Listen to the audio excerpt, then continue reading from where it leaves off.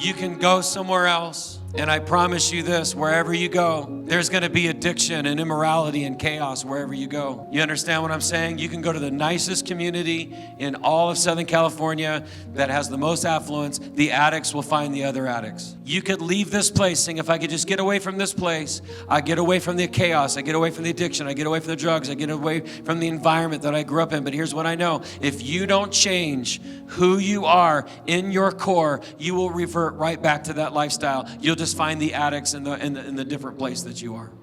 So there has to be that change where we take off the old self and we put on the new self, and that you have the courage, just like Paul writing to this church in a culture full of whatever the worst of our culture is, they had it then. Prostitutes and drugs and drunkenness and immorality. That's the culture they were living in. And Paul writes them and says, as Christians, to them then and there, he's saying, you don't imitate the culture, you imitate the Lord. And he's saying to us, here and now, we are God's people. We don't imitate our culture, we imitate the Lord Jesus Christ. In spite of what may be going on around me.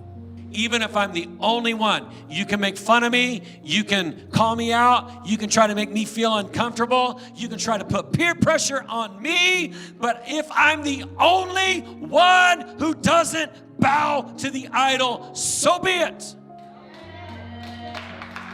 Because I care much more about what Jesus thinks about me than what about you think about me. Come on, somebody, help me now.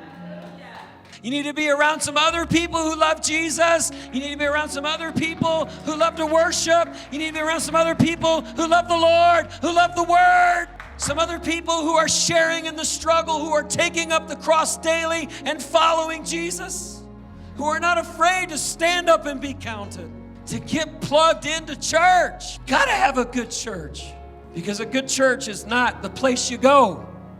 It's the family you belong to.